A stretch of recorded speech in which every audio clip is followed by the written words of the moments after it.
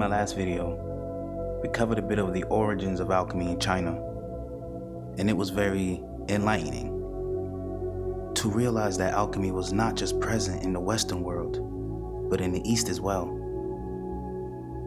So today we'll try and dive into the secrets of alchemy in India, known as Rasa Shastra, and its deep connection with Ayurveda and the Vedas. We're going to take a look into the profound teachings of Nagarjuna and Susruta, and how their alchemical wisdom shaped India's traditional medicine, as well as acknowledging the intriguing parallels between ancient alchemy and modern-day fields like nanotech and integrative medicine. So, without further ado, I'm ready to jump right into this. When it comes to alchemy in ancient India, still not completely sure how it got there. It's stated that alchemy was introduced to India through several cultural and scholarly exchanges with the outside world, including via the Silk Road, which served as a conduit for trade and cultural transmission between East and West. But it's also important to note that India had its own indigenous traditions of chemical manipulation, most notably related to medicine and metallurgy, that significantly contributed to the development of Indian alchemy. We have to start by understanding the significance of the Vedas in ancient Indian civilization. The Vedas are considered to be one of the oldest and sacred texts known to humanity. Considered to be the most ancient Hindu text, written around 3000 BCE.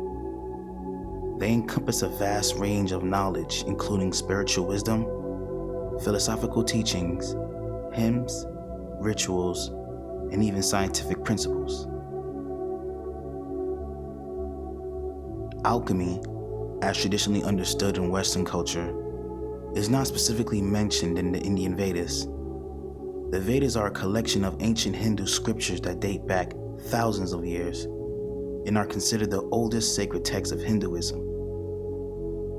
While alchemy, as a specific practice of transmuting base metals into precious metals and seeking the elixir of immortality, is not mentioned in the Vedas, there are references to the pursuit of knowledge, the understanding of natural phenomena, and the transformation of substances in various texts within Hinduism. For example, in the ancient Indian Vedas, a text called the RigVeda mentions the concept of Rasa, which can be translated as essence or juice. Rasa is associated with the transformation of substances, such as the extraction of Soma juice from plants for ritualistic purposes. Speaking of Soma, Soma is a sacred plant and elixir mentioned in the ancient Indian texts. This can be seen as an early form of chemical extraction. Additionally, the ancient Indian system of Ayurveda, which is closely related to the Vedas, includes the study of minerals, metals, and the preparation of medicines using natural substances. While Ayurveda is more focused on healing and medicine, it involves processes that can be considered similar to alchemical practices in terms of purification and transformation. So when it comes to alchemy, or Rasa Shastra, as it is known in the ancient Indian context, we can find connections and possibly its roots in the Vedas. Let's explore the origins and philosophy of alchemy from within these ancient texts. The RigVeda, the oldest of the Vedas, contains hymns that depict various symbolic and metaphorical references to alchemical processes. These hymns are composed in a poetic and mystical language, and they provide glimpses into the world of alchemy and the pursuit of spiritual enlightenment. While specific names and dates are challenging to pinpoint in the context of ancient texts like the RigVeda, the hymns themselves offer profound insights. into the alchemical symbolism prevalent in the Vedic period. There are hymns that symbolically depict the transformation of elements in the quest for spiritual illumination. One such notable hymn is the Hymn of Creation. This hymn explores the origins of the universe and contemplates the mystery of creation. It describes the primal forces that gave rise to the cosmos, which could be hinting at alchemical principles of transformation and metamorphosis. Another hymn that exhibits alchemical symbolism is the Purusha Sukta, often referred to as the Hymn of the Cosmic Being. This hymn vividly portrays the sacrifice of a primordial being known as Purusha, from which the universe and all life emerged. Symbolically, this sacrificial act can be interpreted as an alchemical process of transmutation, representing the transformation of the material to the divine. While the RigVeda doesn't provide specific names and dates of alchemical practitioners, it offers a poetic and symbolic framework that guides us in understanding the alchemical concepts prevalent in ancient India. The hymns provide a profound and mystical language through which the Vedic seers contemplated the mysteries of existence and the interconnectedness of the physical and spiritual realms.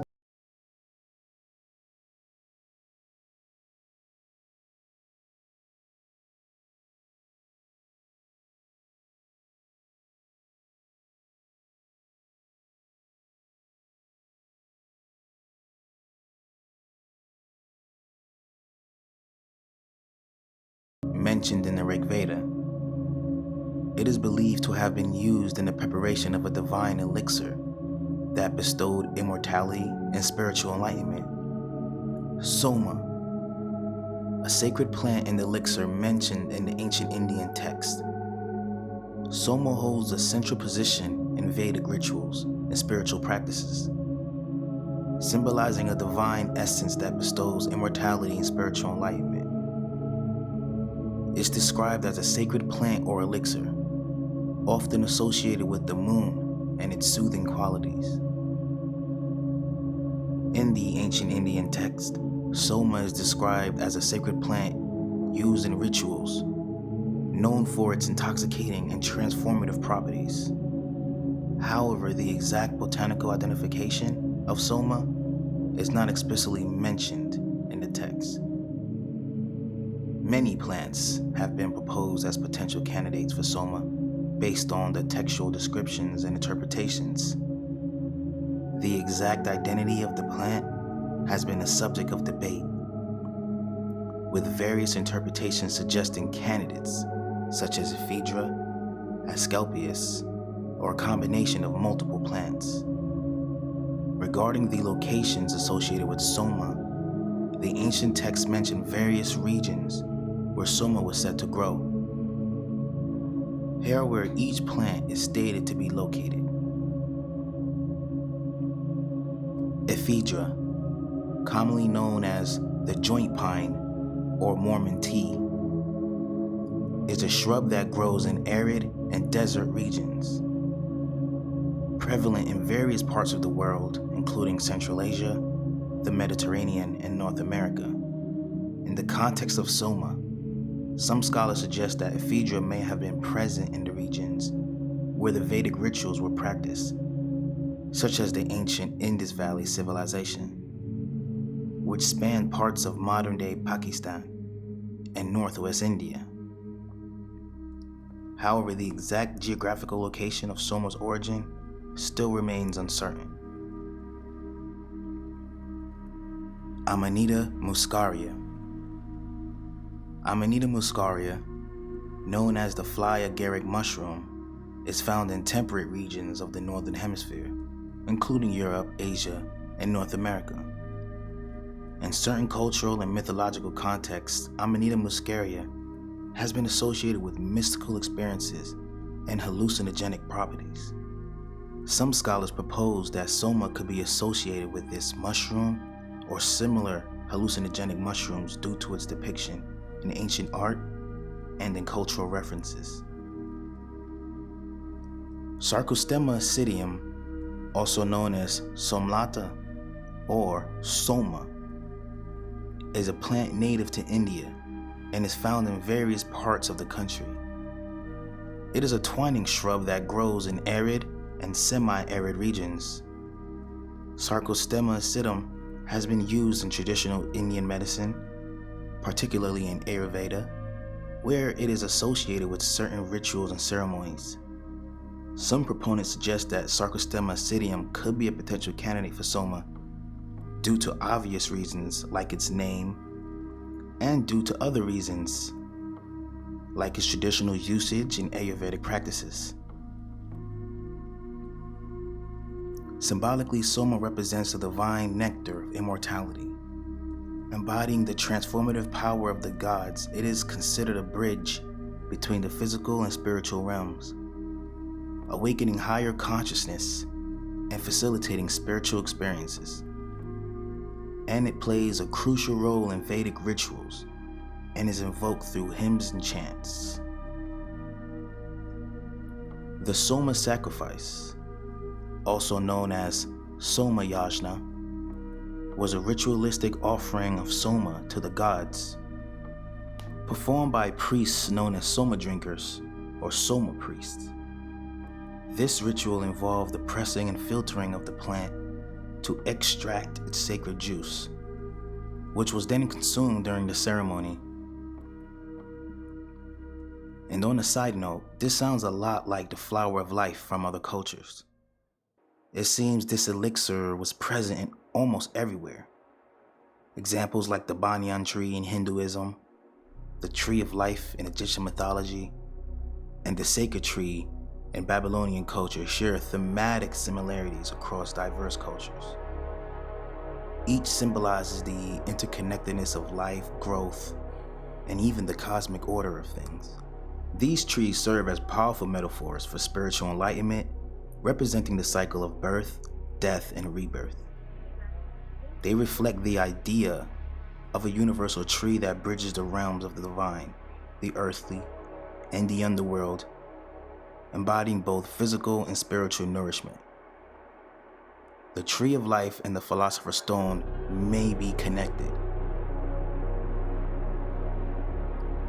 The consumption of Soma during rituals was believed to induce states of ecstasy and alter consciousness. It was considered a vehicle for divine communion, granting seekers direct experiences of the divine and profound spiritual insight.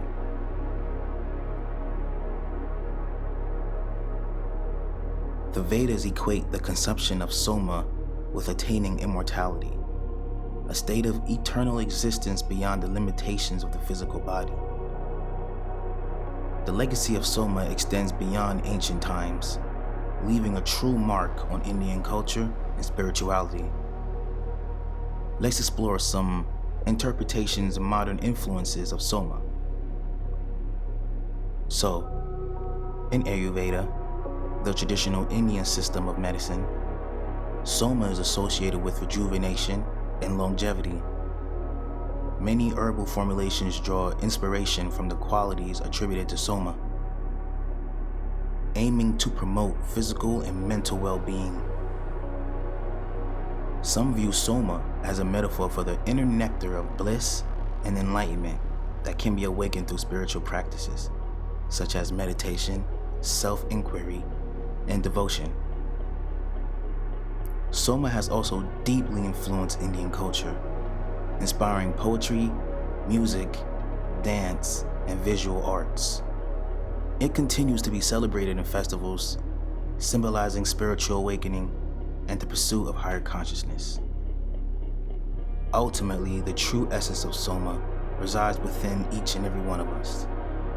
It symbolizes the potential for inner transformation, awakening our divine nature, and experiencing the blissful unity of the self with the cosmos. Alright, we have now ventured into the mystical realm of Soma, exploring its significance in Vedic rituals, its symbolic representations, and its profound spiritual implications. Let's take a look at some of the meaningful deities from the Vedas that have influenced transmutation and purification.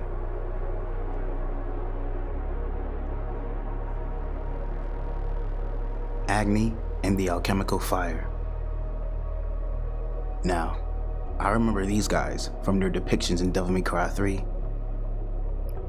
Agni and Rudra. With fire, represented by the deity Agni, this deity holds immense significance in the Vedas, symbolizing the transformative power of alchemical processes, representing the purification and transmutation of substances. Its flame can purify any metal and any soul. With thunder and healing, represented by the deity Rudra, this deity is often shown as a fierce and powerful god that represents both the destructive and regenerative forces of nature. Now, Rudra's multifaceted nature makes him a symbol of transformation and change. Agni and Rudra together can be seen as a potent alchemical symbol within the context of the Vedas. Agni represents fire and transformation, while Rudra embodies the forces of change and regeneration. Their combined symbolism holds deep alchemical significance, reflecting the transformative and regenerative process at the core of alchemy. As the deity of fire, fire has long been associated with purification and change. In alchemical practices, fire plays a crucial role in the process of transmutation, purifying and transforming base substances into more refined and noble forms. Agni's association with fire resonates with the alchemist's pursuit of transmutation and the transformation of metals. Rudra, on the other hand, represents the forces of change and regeneration. As a multifaceted deity, Rudra embodies both destructive and transformative aspects of nature. So in alchemy, change is a fundamental aspect of the process, where substances undergo various stages of transformation to reach their ultimate state. Rudra's symbolism of change and regeneration aligns with the alchemical goal of transmuting and refining substances. The combination of Agni and Rudra in the alchemical context reflects the unity of opposites, a fundamental concept in alchemy. The duality of Agni's fiery transformative nature and Rudra's forceful yet regenerative aspects embodies the interplay of opposing forces in the alchemical process. The union of these contrasting qualities represents the harmony necessary for successful alchemical transformation. In summary, the combination of Agni and Rudra as an alchemical symbol signifies the transformative and regenerative nature of the alchemical process. Within the esoteric realm of the Vedas and alchemy, Agni and Rudra together serve as a profound symbol of the transformative journey undertaken by the alchemist in pursuit of higher truths and enlightenment. Even the Vedas suggest that the principles of life operate not only in the physical world, but also in the realms of consciousness. They emphasize the unity of the macrocosm and the microcosm, underscoring the interconnectedness of all existence, very, very similar to Hermeticism in that aspect for sure.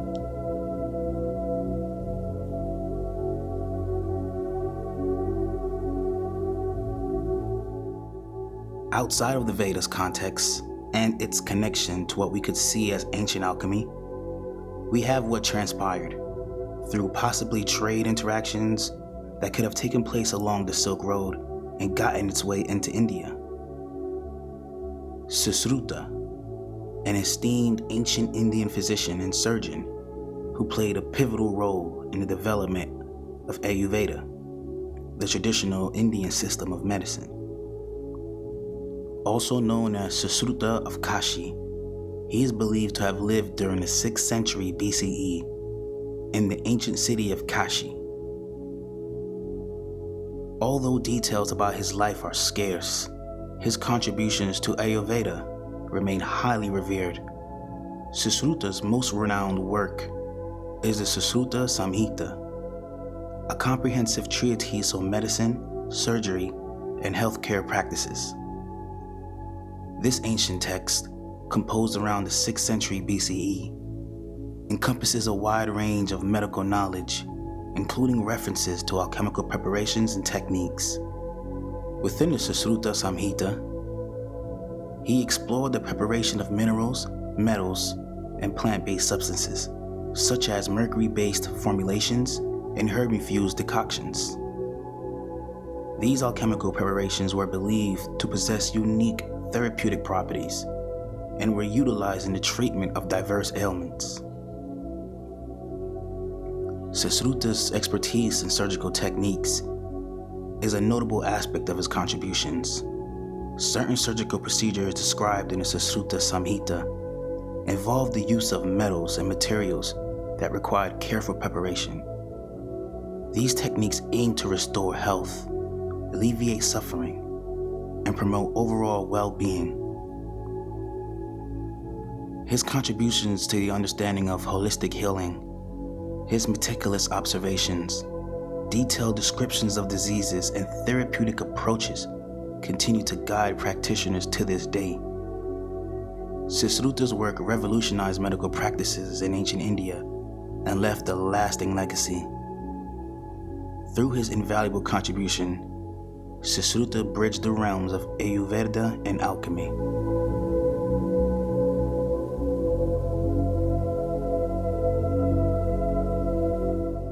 In the 2nd century CE, there was a man named Nagarjuna, also known as Nagarjuna. He was a philosopher, alchemist, and one of the most influential figures in the development of alchemical traditions. Nagarjuna's teachings encompasses a deep understanding of the interconnectedness of all things, both in the material and spiritual realms. A remarkable figure in the history of alchemy and Buddhist philosophy, and his disciples are noticed for their contributions to alchemical traditions and the enduring legacy that they have left behind. It was all important to the rise of alchemy in ancient India. Nagarjuna's life, though, remains shrouded in some mystery. His philosophical writings have provided invaluable insights into his worldview. One of his most significant works is the Rasa, or the Jewel of Alchemy. This treatise explores the profound alchemical processes and the preparation of medicines, delving into the transformative power of minerals and metals. Nagarjuna's alchemical philosophy was deeply rooted in Buddhist principles. He emphasized the impermanence and interconnectedness of all phenomena, seeing the alchemical processes as just a means to purify and transform not just materials, but the mind and spirit. Some of his notable disciples include Aryadeva, Buddhadeva, and Jayadeva. These disciples became torchbearers of Nagarjuna's alchemical traditions, spreading his teachings and furthering the exploration of alchemy in their own unique ways. In conclusion, Nagarjuna and his disciples played a significant role in the development and expansion of alchemical traditions in ancient India. Through their teachings, writings, and exploration of alchemical processes, they left behind a profound legacy that continues to inspire scholars, practitioners, and overall seekers of spiritual wisdom. As it comes to modern era alchemy, one of the earliest and most important texts on Indian alchemy is the Rasa Ratnasamukaya, written around the 13th century AD. This comprehensive treatise on Indian alchemy covers topics ranging from transmutation of metals to medicinal elixirs. Like alchemists elsewhere, Indian alchemists were interested in the quest for immortality and transmutation of these base metals into gold. They were particularly focused on the manipulation of mercury, which they considered to be the essence of the god Shiva, believing it to have transformative and rejuvenating properties. It's also worth noting that Indian alchemy was influenced by both Greek and Chinese ideas. In particular, the work of Nagarjuna, as we covered earlier, shows evidence of Hellenistic and Chinese influences. The late medieval period is when Indian alchemy started shifting its focus more toward the therapeutic and medicinal aspects of substances, gradually morphing into what we now know as Ayurvedic pharmacology. For some modern-day comparisons specifically related to Indian alchemy and its ancient practices, there are a few examples. As mentioned earlier, traditional alchemy is not practiced in modern science, but certain aspects of Indian alchemy have found connections to contemporary fields. Here are some modern-day comparisons. Ayurveda and modern herbal medicine. Indian alchemy has deeply influenced Ayurveda, the traditional Indian system of medicine. Many herbal formulations and holistic traditions in Ayurveda draw inspiration from alchemical practices, where minerals and metals were transformed into therapeutic medicines. Today, modern herbal medicine research also explores the properties of natural substances, isolating active compounds and testing their potential therapeutic effects. Most of what you find in medicines are herbs and plants with different healing properties. Nanotechnology and gold nanoparticles. In ancient Indian alchemy, there were attempts to transmute base metals into gold. In ancient Indian alchemy, there were attempts to transmute base metals into gold. While this transmutation goal was not achieved, modern nanotechnology has found a way to reproduce gold nanoparticles. These tiny gold particles exhibit unique properties, making them valuable in medical and technological applications, such as drug delivery and imaging agents. Integrative medicine and mind-body practices. Traditional Indian alchemy was not solely focused on the physical realm, but also emphasized spiritual and mental well-being. This connection is mirrored when modern integrative medicine, which recognizes the importance of addressing both physical and mental aspects of health. Practices like yoga and meditation, which have roots in Indian alchemy, are now recognized as effective stress reduction techniques in modern healthcare. Metallurgy and modern material science. Ancient Indian alchemy involved the preparation and purification of metals. While the alchemical quest for turning base metals into gold was symbolic, modern metallurgy and material science have advanced far enough to create and manipulate various metal alloys with tailored properties for specific applications. It's important to note that these modern-day comparisons are not direct continuations of ancient alchemical practices, but rather they're connections or inspirations from historical concepts in the context of these contemporary fields. So in today's video, we went over alchemy in India, and that it was shaped by both internal and external influences. It was part of a rich tradition of scientific and philosophical inquiry in the subcontinent, and its legacy can still be seen in traditional Indian medicine and Ayurvedic pharmacology. Exchanges on the Silk Road were how scholars believe the teachings of alchemy got its way to India, which does help explain the similarities and how they even have the same practices, like the Philosopher's Stone or transmuting gold.